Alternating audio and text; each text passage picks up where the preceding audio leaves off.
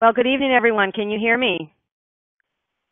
I am thrilled to be here with you tonight to explore Worship Associate training and support in this webinar. Before I move to the slides, I want to give a big thumbs up to Lori, who has been extraordinarily helpful to me in putting together this program tonight. So make sure that you tell everyone what a gem she is. She has made this so easy for me that I can hardly believe it. So I am going to turn off my camera so that you can see the slides and not be distracted by my lovely face in many different places. So I'm going to turn my camera off now.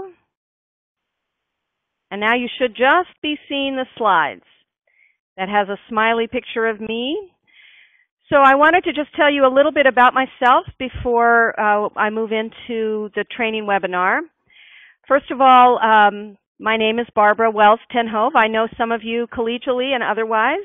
I have been a minister now for nearly 30 years. I was ordained in 1985. I've been a Unitarian Universalist my entire life, which is really a fine and wonderful thing to have been raised in this beautiful faith. I was educated at Meadville Lombard, both for my MDiv, and then in 2007 I received a doctorate in which I studied worship.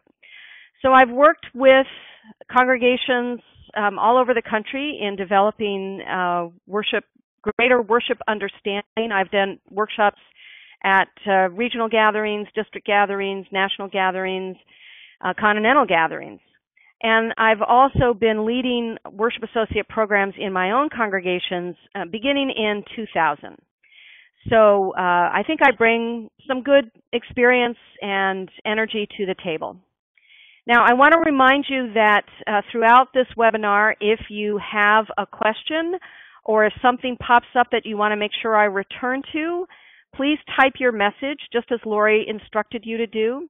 So if at any point you have a question, you can do that. There are a couple of different opportunities within the webinar that I am planning to address questions, but I'll be keeping a little bit of an eye on that. So if something comes up that I feel like I really need to address right here and now, I will do so. Otherwise, keep your question up there, and I'll make sure we get to it during the question section.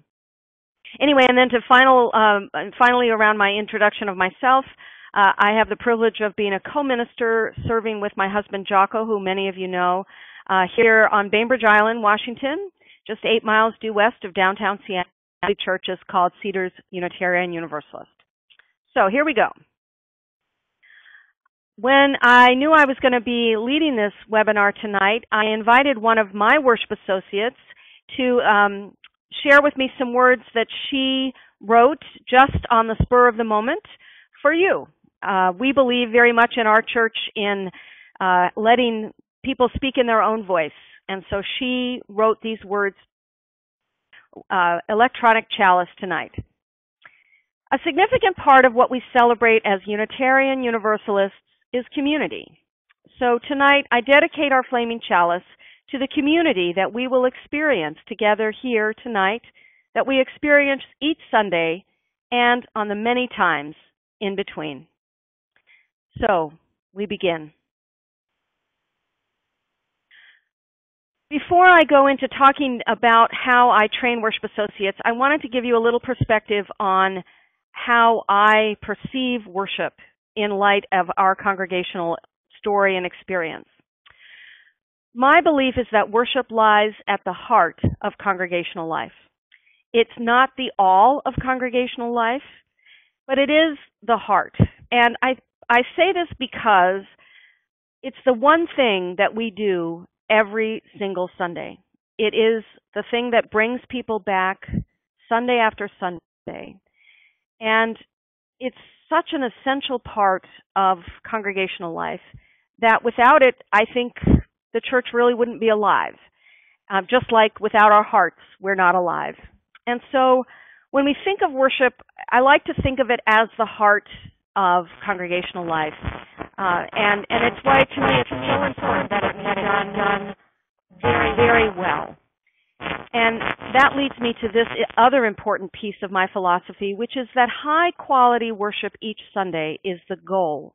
That it should be the goal of every church. And it doesn't matter if you're a little tiny fellowship or a really big church. High quality worship each Sunday is our goal when we're doing this this every single Sunday thing that we do. We're not looking for perfection, but we are looking for quality. And I'll be defining quality a little bit later, but it's really important to recognize that my expectation when I go into the recruitment and the support of worship associates is that we together will be creating high quality worship. Another important philosophy that I bring to this work is that worship is shared by the clergy and the laity. And I can't stress this enough. This is something that's such an important part of my understanding of worship. And I know I don't always share this with some of my colleagues. There are ministers out there who really think that worship is only their job. And certainly if you look at any minister's letter of agreement, usually worship is our responsibility. And I believe that. I believe that worship is the responsibility in many churches. In fact, most churches that are served by ministers, it is our responsibility. But I believe that our faith calls us to share the ministry of worship between lay and clergy. And so I bring this very strong bias toward this shared ministry into my work with worship associates. So I told you I would tell you what I think quality worship services are. First of all, they're well thought out. We don't throw worship together. And this is one place that I think sometimes the lay folks are often not quite as up to speed around this as the ministers are. Because sometimes I think lay people can think, oh gosh, we can just pull a worship service out of the air. Well, we really can't. We need to think it through, and we need to have a very clear understanding of what we're trying to do. And so it's important that we bring intention to this work, that we think it out, and that's one of the important pieces of what a quality worship service is. Quality worship services are carefully constructed. So you're really thinking about how the worship service is created from the very beginning to the very end. We're looking at how the pieces connect to one another. We're looking at how each element supports the other ones that follow. We're looking at how we write and how we speak. But we're also really being very thoughtful, as I said at the beginning, well thought out, that how we construct the service, that we're paying attention to all of those elements, and that each service will show that careful construction. This one is really important to me. Quality worship services are religiously meaningful. Now, some of you know that my father was a minister, a Unitarian Universalist minister. And one of the things that he taught me is that we should not think that we can make worship services out of anything. He used to say we should never do a service about drains. And I like to say we really shouldn't be doing services about duct tape. Now, you all may be laughing wherever you are with your group, but it's true that I have been to worship services, and I hate to say it, I've seen them in my own congregation, where someone thought that they could just do a worship service around something they thought was important without really asking themselves the question, is it religiously meaningful? Because if it isn't, it really shouldn't be a worship service. And then finally, quality worship services are presented with skill. And skill is something that we can teach. Now, I believe that there are a lot of worship leaders, lay and clergy, who are extremely talented. And in many ways, leading worship is a lot like an art form, and that there are certain people that are talented in this art form, whether they're ministers or lay people. But it's also true that there are skills about leading worship that anyone with good intention can learn how to do. You can learn how to speak well. You can learn how to write well. You can learn how to facilitate well, which are the three primary gifts that I look for when I'm recruiting worship associates. Is I want people who can learn how to speak with who can learn how to use a microphone and who can learn how to speak eloquently as best as they can within their life experience, that they can write well, and that they can indeed facilitate well. So, wealthily constructed, religiously meaningful, and presented with skill. Okay, so that's what I think my philosophy of worship is on, and we could spend lots of time on that, but we're here to talk tonight about worship associates and how we train worship associates. So I'm going to tell you some of my assumptions that I'm bringing to this webinar tonight that I bring to the work of training worship associates. So first of all, I really want to make sure that you know, that I know, that every church has its own worship model. I know that the way you do worship in Grants Pass or in Billings or in Santa Cruz, you do worship differently than I do here on Bainbridge Island. But given that we all have different worship models and that you're going to work within your own model, developing your own kinds of training, which hopefully you'll get some good hints from tonight, still, I truly believe that no one should lead worship who has not been trained. And I'm going to say that again because it's really important. No one should lead worship who has not been trained. And so, and one more time, no one should lead worship who has not been trained. Very, very important. Secondly, the training should be led by the minister, if you have one, or experienced lay leaders, or in my case, at our church, both. The training is led by the ministers. In our case, we have 2 ministers, and by the lay leaders. And that's just really important that whoever's leading the training have experience and know what they're doing. Training should happen at least once a year. And this is really critical, that this is not something that you should just think, oh, well, you know, we trained these worship associates 2 or 3 years ago, they should be fine. No, training happens once a year. And we always do ours in the late summer or in the early fall so that people are trained right before the church year begins. And then here's another absolutely essential thing, at least from my experience. All worship associates should participate in the training every single year. And that means that even the experienced worship associates should be participating in the training. And I've seen this happen in such a beautiful way. I remember a third-year worship associate at a training, her third training, saying to me, wow, I did that exact same exercise last year and the year before, but boy, I finally just really got it this year. Things like that can happen when they participate year after year. And the other good news is that the worship associates who are experienced can help lead the training, which is, of course, incredibly wonderful. I really believe that worship associates should have specific terms, and that each year only a percentage of the worship associates will go on and off. Now, the worship associate model, and I'm not going to do a lot of history because some of you already know this, evolved from a model that came out of Oakland, California. And the way that Rob and Jan Eller-Isaacs developed the program was fabulous and wonderful, but I do it a little bit differently. I think it's really important that you have fewer worship associates and that they serve for a longer period of time. So my best case model is that you have 6 worship associates for 3-year terms with 2 going off every year. Now, I have never been able to do this perfectly in any year.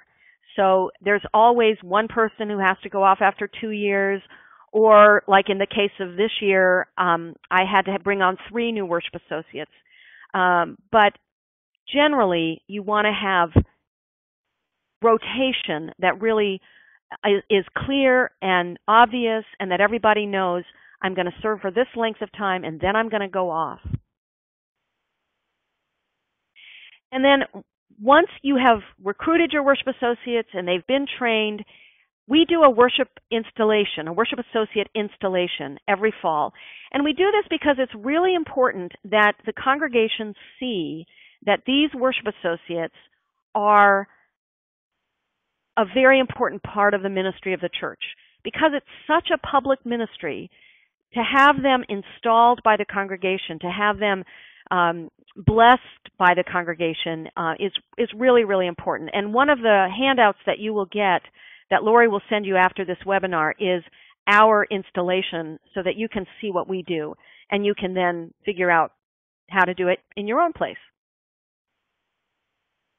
Okay, now's a good time for some questions and comments. And while you're writing your questions and comments, I'm going to give you just a couple of quick things that I realized were not in the PowerPoint. First of all, I really think it's important that you, when you're recruiting worship associates, that you think about the balance of who they are. So you're looking at gender balance, you're looking at racial, ethnic, gay, lesbian, transgender. You're looking at all of the kinds of things we care about in terms of diversity. You want to see that in your in the group that you're recruiting. You want to know that you have diversity. And that someone just came in with a question. Did you say 3 or 6-year terms? 3-year terms, 6 worship associates with 3-year terms, with 2 going off every year. Now, and I realize, as I said, that one of the other things I wanted to put out there is one of the things that we also do in our congregation is we often have a youth worship associate. Generally, I will only allow juniors or seniors in high school. So we're looking at young people between the ages of 16 and 18. And they then will usually serve for a 1 or a 2-year term. And once again, no hard and fast rules, but my experience has shown that if you don't want your whole team going off at once, you also don't want to have all these people staying on for the whole long time. Okay, any other questions about this sort of philosophy? Would we have more if you only had 1 minister? That's a very interesting question. No, I don't think so. Jocko and I are very clear that we do not share the pulpit very often. We have 1 worship associate with 1 minister almost every Sunday. And generally on the Sundays, when we're both doing the service, we will have a worship associate, not always. But even so, what this means is that the worship associates are serving, they're doing the service every 6 to 8 weeks, depending, because there's some services like ones that our Director of Religious Education does that she might not want a worship associate because she's got a cast of thousands. And in terms of how many lay-led services we have a year, we do 6 in the summer. That's usually how many we do in the summer. And then we will do probably another, I don't know, 4 or 5 a year. One of the wonderful things about the worship associate model that we've created is that our worship associates love to do services. And so once they get well trained and get more experience, that's one of the wonderful things about that 3-year term is by their 2nd and 3rd year, a lot of them are wanting to do services as well. And so what we usually do for a lay-led service is we pair up a worship associate with a lay leader, or we pair up 2 worship associates if one of the worship associates wants to do the primary content piece.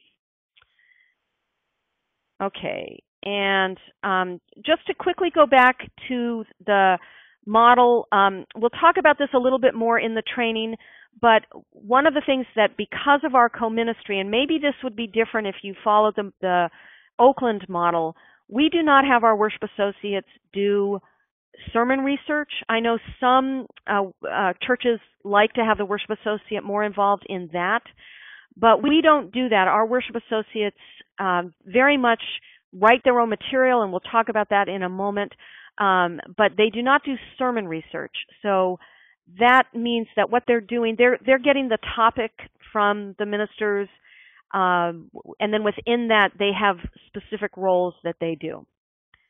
Okay, any more questions before I move into the actual training outline? Okay, not hearing, as it were, not seeing any, I'm going to move on to the training.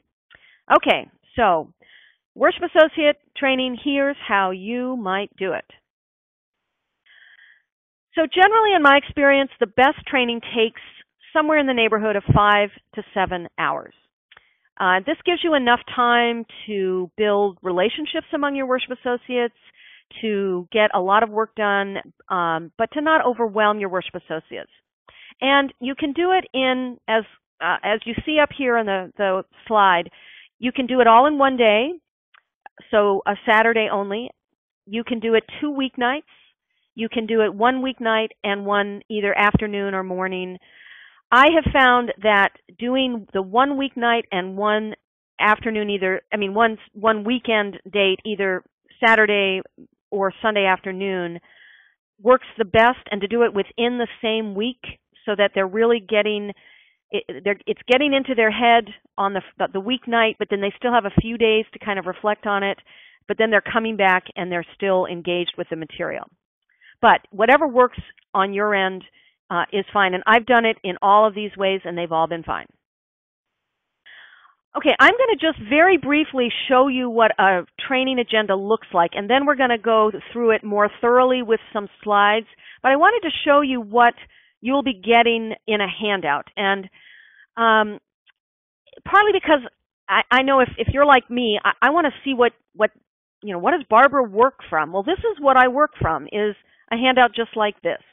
And so, you'll see a slide, you'll see an outline of what we would do in an evening, and I'm going to go over this in a moment, and then the Saturday program. So this is how I normally lead it, and you can kind of see the times. You'll be getting this as a handout, but now I'm going to take you through what we actually do in the training. Okay. So you want to start both your sessions. You want to start, though, with some kind of an opening. That shouldn't surprise you.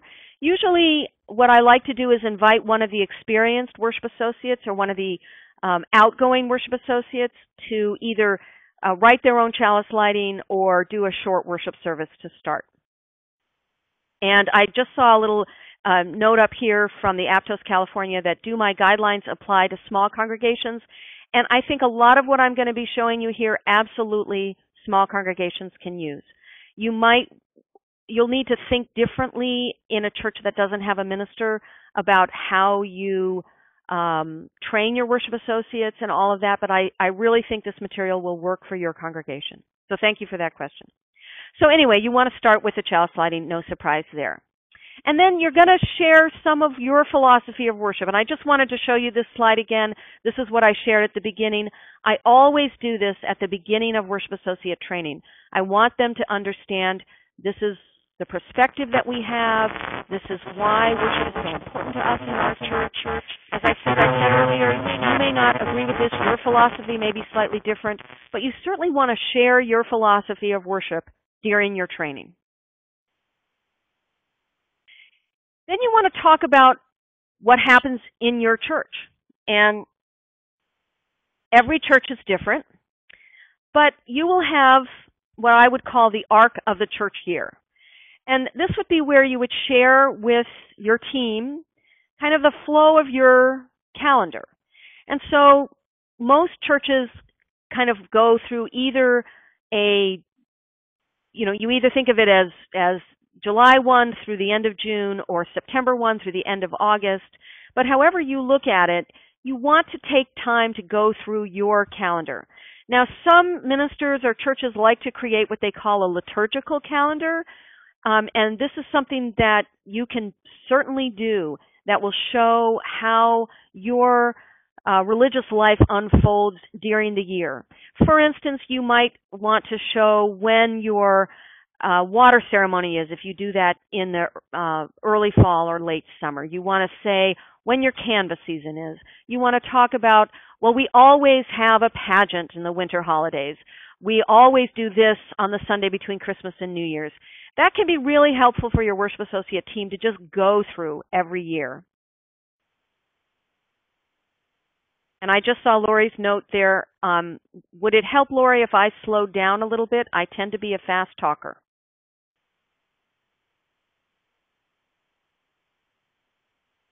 I'm waiting for Lori to post her response to me. Okay, I'm going to move on then, and I'm sorry about the sound glitches. So another really important thing that you want to include is to talk about the role of children and youth in your worship service. Most Unitarian Universalist churches these days include children, at least to some degree. At our congregation, as in many, the children are in the first part of the service, and we also do multi-generational services a handful of times a year. This is really important to include your religious education director if you have one. If you don't, if there's someone in your church who you know is a natural storyteller, someone who you know really does, they're the ones you call on to lead the songs with the kids, or who tells just the best children's sermons, you want to invite them into your training, and you want them to share their best practices for how you can engage children and youth in worship. Because if we want our kids to grow up to be Unitarian Universalists, we want them to feel like worship is important to them. And so inviting your religious education director is critical if you have one.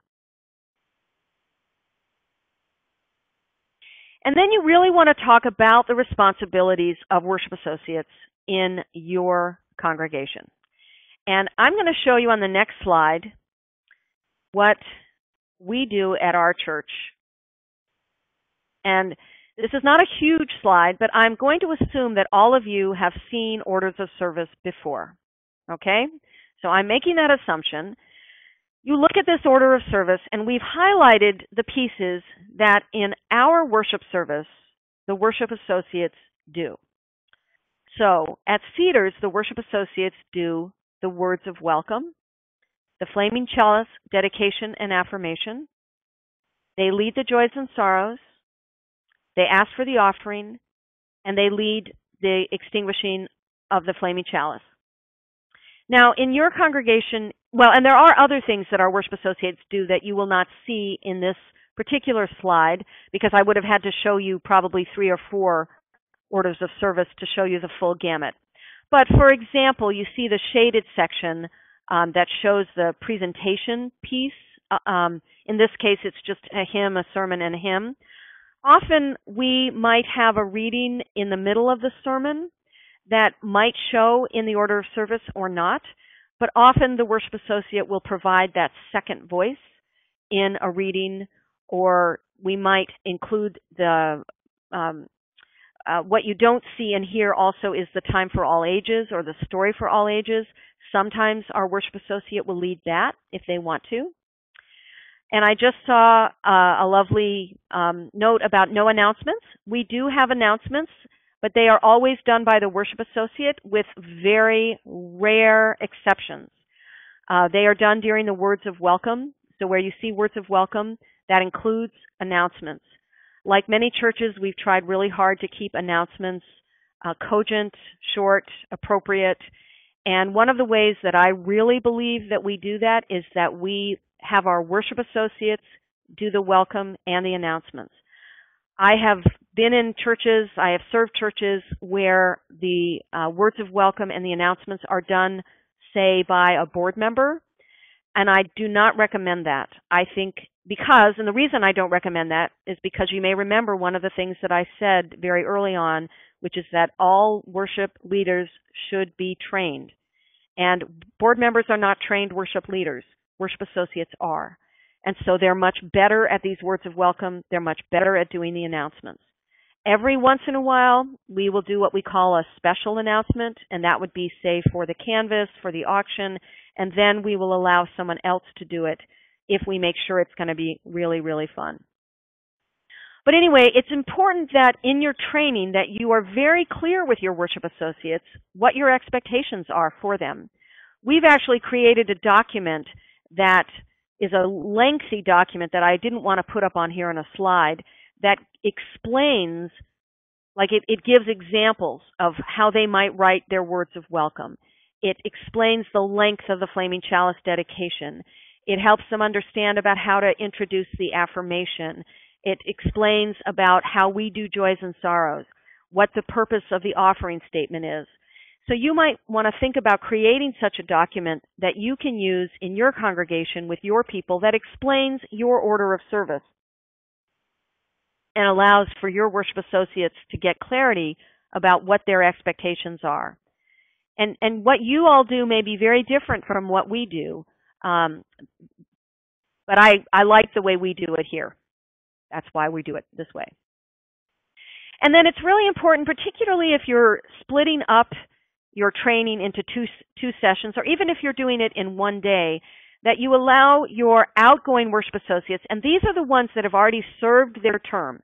So I invite them to be a big part of the training, and then I ask them to share their wisdom with the team. And I do this because they know the most about the challenges and the blessings of being worship associates. They will be able to share their wisdom in ways that I can't as a minister, and that the new worship associates also can't. So I like to do this early in the training. So usually if I do the 2 sessions, we do it at the end of the first night, because then I don't expect the outgoing worship associates to come to the second training unless they really want to. If you do it just like on a Saturday, you can invite them to come in relatively early. It can't be first thing because the new worship associates aren't really ready. But once they've had some of this material that we've just talked about, then they're ready to hear from the outgoing worship associates. Okay, so assuming a 2-session program on 2 different days, you also want to start the second session with some kind of worshipful time, which I would assume you would think of. And then in our case, you want to talk about flow and thematic consistency in worship. Now, I want to make, I want to tell you that I believe very strongly that the worship theme should be most of the time a part of the worship experience from the welcome to the closing words. In other words, you want people to have many places where they can enter in to the worship theme. And so part of what I will do at a worship associate training is explain to them why it matters that, for instance, their offering statement or their chalice dedication reflect the theme of the service.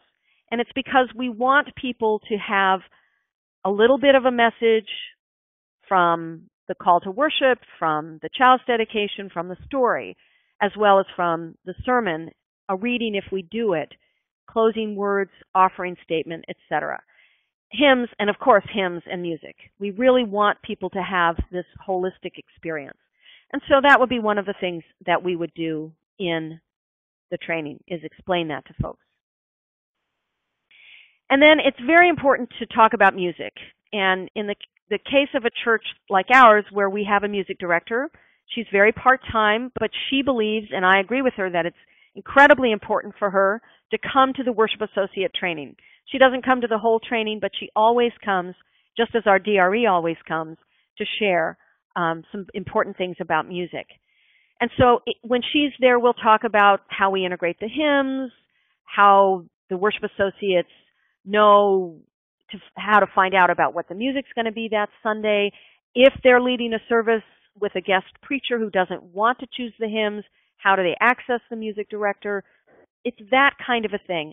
And it's a great chance for our music director to talk directly to the worship associates about her expectations of them, and for them to have questions put directly to her.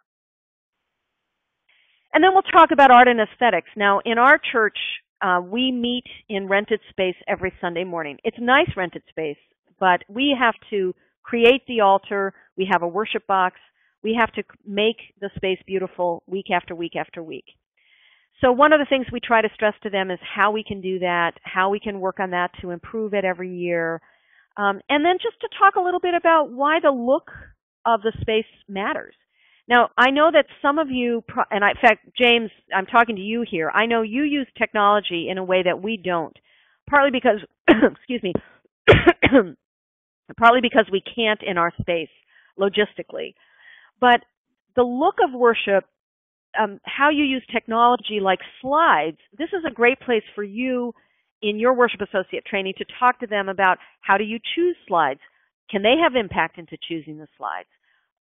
So whatever your church is doing to make the worship space look better, this is when you would want to talk about it. Now we come to a really important piece of my worship style. and it's a big piece of what we do with worship associates, which is I truly believe it's partly based on my philosophy that lay and clergy share worship. I know a lot of UU ministers, the way they work with their worship associates is they give them readings to do. Or a lot of churches that have lay leaders spend a lot of time choosing readings. I don't like readings for the most part, mostly because most people are really bad at doing readings. I'm actually a trained theater professional. I'm pretty good at doing readings, but even I'm not very good at doing them. Most people are really bad at them. So I don't like readings.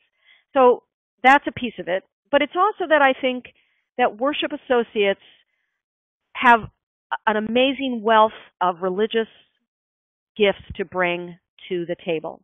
And so I want them to share those gifts by speaking in their own voice. And so I talk to them a lot about authenticity and about why it really matters that they tell their own stories, share their own experience, and speak in their own voice. And what they find is that the pieces that they write are way better for them to read than anything that I could give them. And they sound much more natural when they're sharing them. Now, what I have found is that most worship associates, this is the thing that scares them the most. They think, oh, I'll never be very good at writing them. And so I share this next exercise, which is my favorite exercise of all. And you will get this as a handout, but I wanted you to see what it's like, because this is my favorite thing we do every time. I give them this exercise, and I give them, it's on a handout, and they are to imagine that they're the worship leader for next Sunday's service, and they're given the opportunity to write a worship element, and they get to choose one of the two pieces that you'll see below. They get to choose to either write a chalice lighting dedication or an introduction to the offering. Now, in our church, all these worship associates have heard these statements before because they've come to church. They know what it's like. And then they are allowed to choose one theme: music, religious education, or UU history, which, those are the themes that you're going to have a service at least every other year on at least one of those topics. And then I give them 20 minutes, and I say, go off in a corner, you get 20 minutes, and they write. And here's the cool thing, is invariably they all come back shaking in their boots, thinking that theirs is the worst possible thing that could have ever been written, that it just sucks big time. They hate it. They know that I'm going to hate it. And then this is what they come up with. And I'm going to share two that have come from doing exactly this exercise. When I look into the face of my child, I see the face of my grandmother, imagine the voice of my grandfather, and I begin to understand their stories. When I look out into the faces of the congregation, I see the face of our Unitarian Universalist foremothers and forefathers, and I begin to understand the meaning of their stories. The precious gift of this gentle and challenging liberal faith has been passed through the ages, shaped and molded by those who came before us. And then, for those brave individuals who stood for freedom of conscience in times of religious conformity, we light this chalice. For our forebears who risk life and liberty to oppose human bondage, we light this chalice. For women and men who champion the cause of equal political, social, and economic rights for women, we light this chalice. For religious leaders who champion the cause of peace in times of war, we light this chalice. We dedicate the lighting of this chalice to the ongoing struggle for peace, freedom, equality, and justice. So you can see what can come out of this very simple little exercise. And so I challenge you to try this in your own congregation. Okay, and then we move on, taking these, what they've written, we do some practice with the mic. Everybody's church is different, but you've got to figure out, how to use the mic. We talk about formatting material. A lot of people don't realize how you use 16-point type instead of 12-point type, to double space or triple space, how to put a big bottom margin. These are simple tools you can share. Getting from point A to point B, just the physical logistics of moving in your space, that's really important. And a lot of people are scared about that. They want to learn how to light the chalice. They want to learn what their responsibilities are on Sunday. So that's the kind of thing that we do in these practical how-tos. And then things like the order of service creation, what the timeline is, etc. And then we always end the training by looking ahead for planning for the services that are coming. This just shows fall and winter. What you generally do with the training is you want to get at least, depending on the size of your church, you want to at least schedule 2 to 3 months out. I always tell people they have to bring their calendars. That's really important. Jocko and I will have scheduled at least some of the themes so that they know what the theme of the service is going to be. We use an online calendar that we set up that shows, all the different players that they all have access to. And so we show that to them as well. And then we schedule our meetings. And we generally have 8 to 10 meetings a year. We don't always meet every month, but we try to meet every 6 to 8 weeks, depending on circumstance. And we do in-service trainings. I usually try to do an in-service at least once a year where we'll go in depth into something that they are struggling with. And we always do evaluations and things like that every meeting. Okay. We now have some time for your questions. So, can I hear from you electronically what your questions are?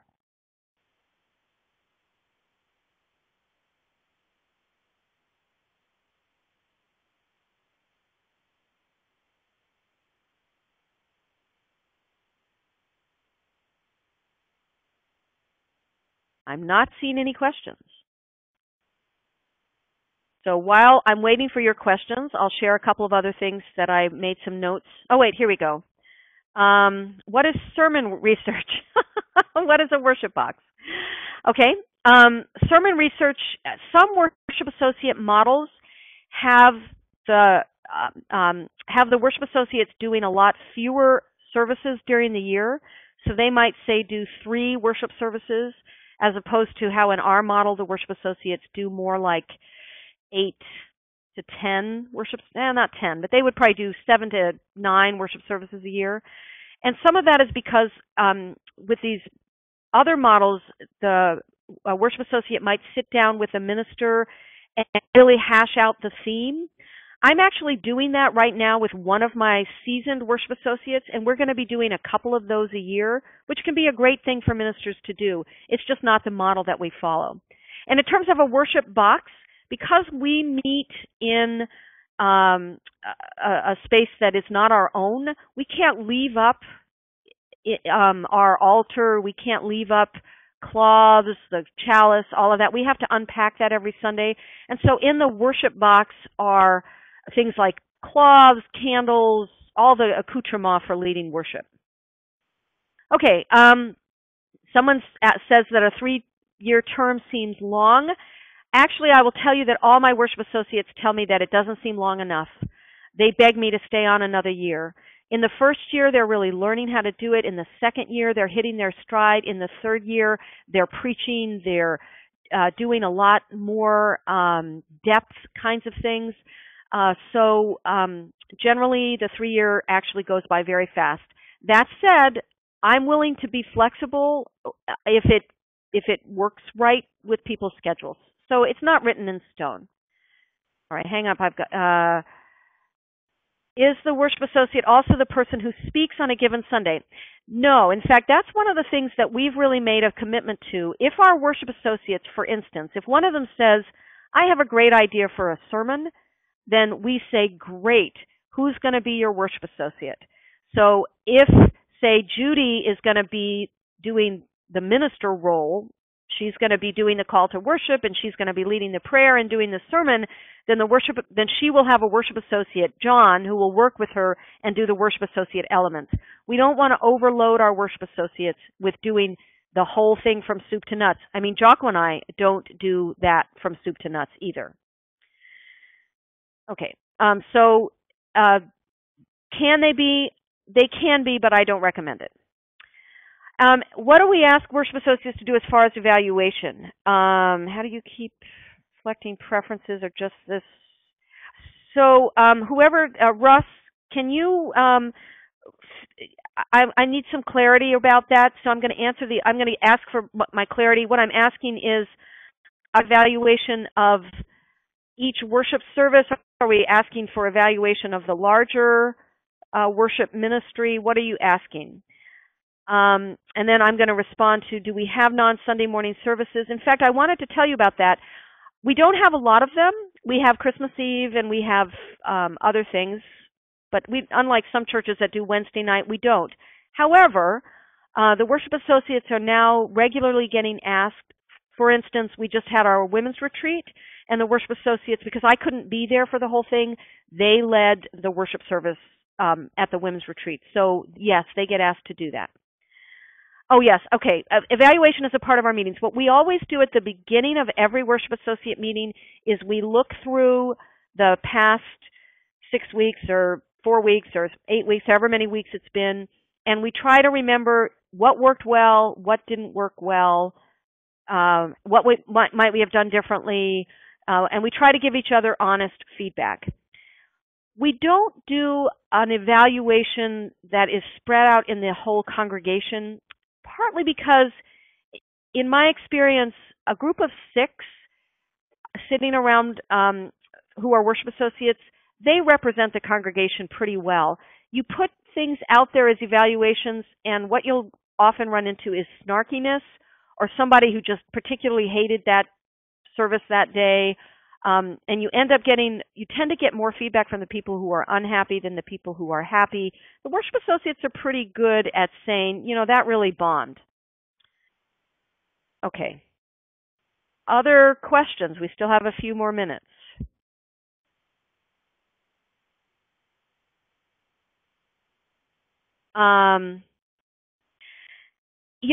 That's one of the things.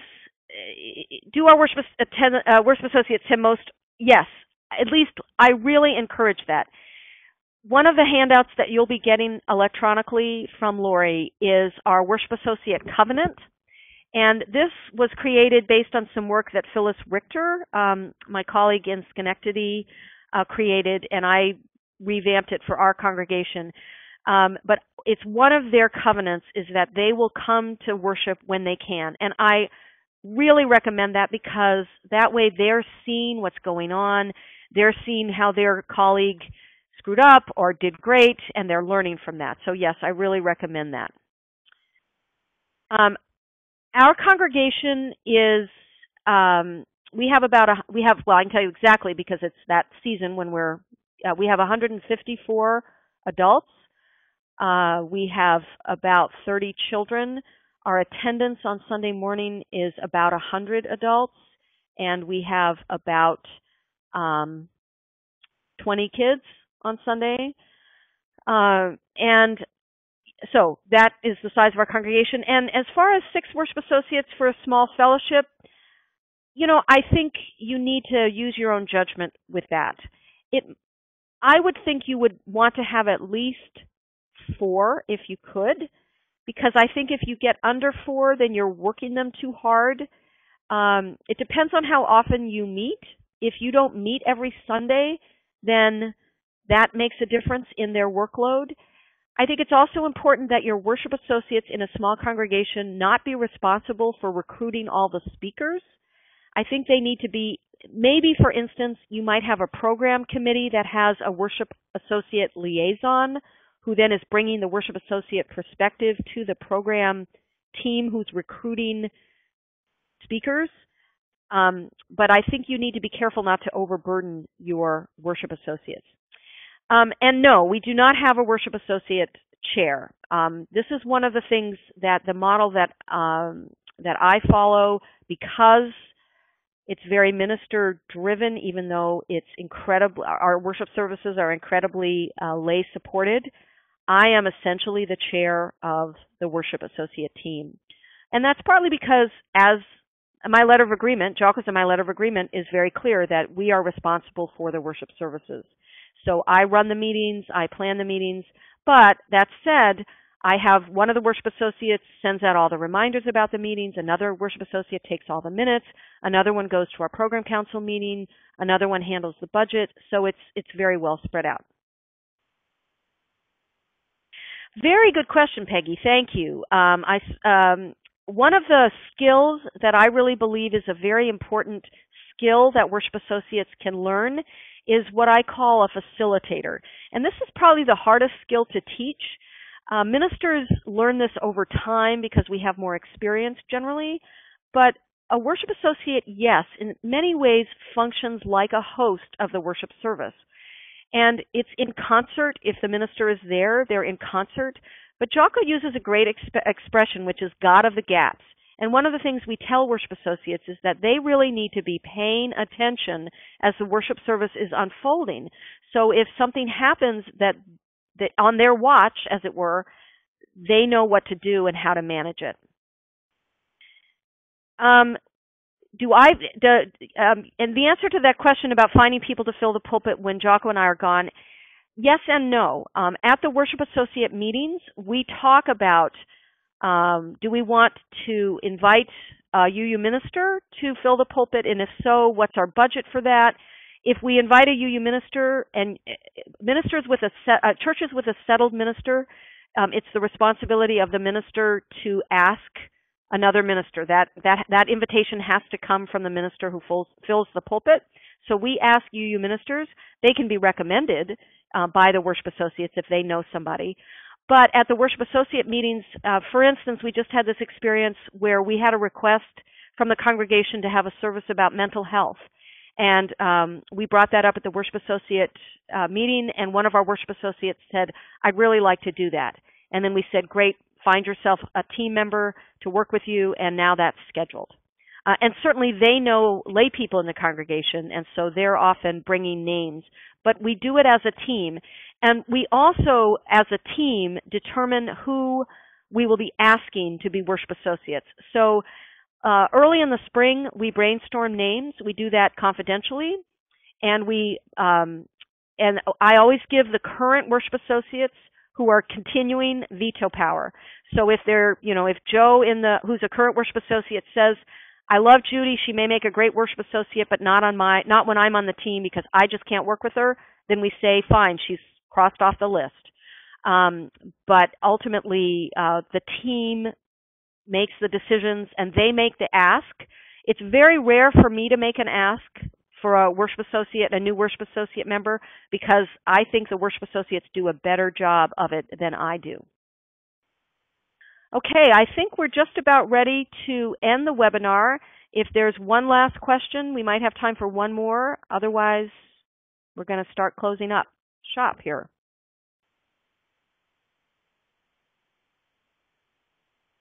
Okay. Well, yes, and thank you all so much. I'm going to show you here the email you should be getting from Lori after the webinar.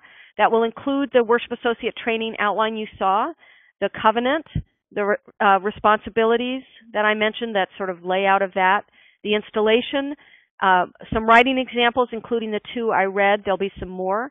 And then that your own voice writing exercise. You're welcome to use any of these materials in your own trainings. All I ask is that you give credit somewhere that you got it from me. Just as you'll see, for instance, the covenant at the bottom in little print says adapted from Phyllis Richter. If you adapt this material, other than the training outline, don't worry about that. I mean, but the other pieces I would appreciate if you did a little just adapted from material by Barbara. And then after the webinar is over, you will see a survey that will pop up, and this will help the district and the region to make sure that we continue to do excellent webinars, which I hope you found this one to be excellent. So now, as you look at this beautiful chalice, which was made by a member of our,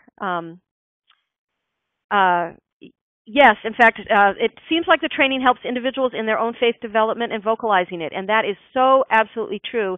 In fact, what I'd like to leave you with as we extinguish the flame is to remember that the cup of the chalice is a symbol of diversity and a symbol of sharing. We share our cup with everybody, and our worship life is such an important place where people bring their whole selves into community. And then within that, we light the flame, which is a symbol of transformation. And I can tell you that the worship associates that I've worked with now, for 14 years I've worked with worship associates, that it has transformed their lives. They have become deeper, richer, more able to articulate their faith in powerful, powerful ways. And I want to leave you with a very quick story. There was a worship associate who knew he was dying of cancer. He had 2 paintings that I wanted, which I have on my wall and looking at as we speak. And when I asked him about that, I told him I couldn't afford his paintings, but I really wanted them. And he said, well, what I want, Barbara, before I die is to lead one more worship service with you. And so we led a worship service together with him as worship associate one more time before he died. So, oh my gosh, that was amazing. So thank you so much. Good luck with your training, and let me know. I'm hoping through your evaluations that I'll learn how to continue to do better at my work as well. So blessings upon you all, and good luck, and goodbye.